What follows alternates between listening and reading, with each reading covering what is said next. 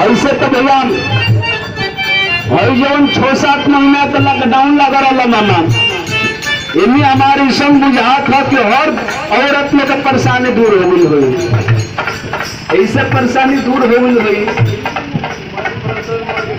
आज परमात्मा श्री नारायण राजभर जी आपको ओर से 51 रुपये का पुरस्कार मिला है, सम्मान मिला है। चरण में ससुबार पलगी प्रणाम करता हूँ।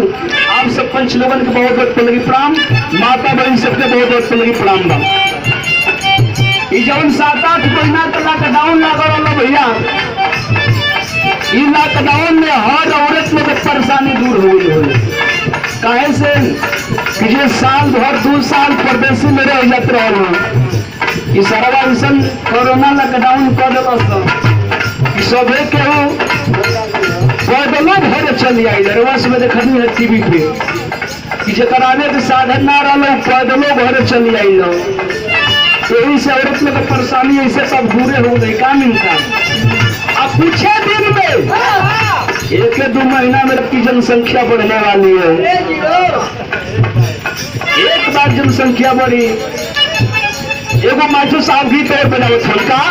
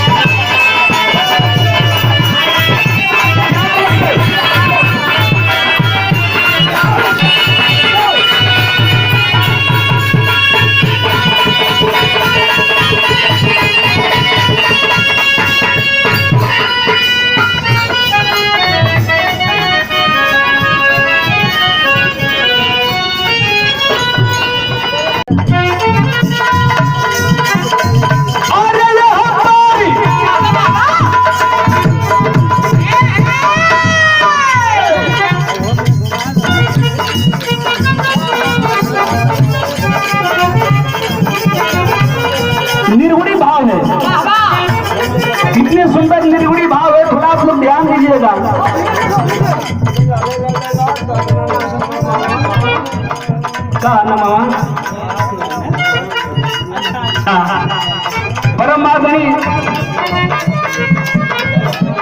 भरत मामा की ओर से 111 रुपया का पुरस्कार है। मामा के श्री में सुसुबार पलगी प्रणाम, बहुत बहुत पलगी प्रणाम बा। सब भैया लोगों को बहुत बहुत पलगी प्रणाम बा। देखिए निर्गुणी भाव कितनी सुंदर भाव है, आप लोग ध्यान दीजिए।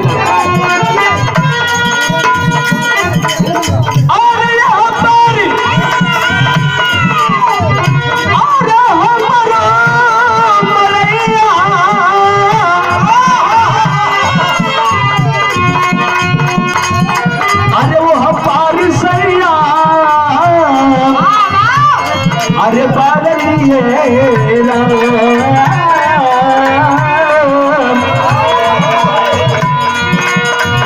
पीछवा में देवर कसैया, पीछवा में देवर कसैया, अइले कलैया जललिए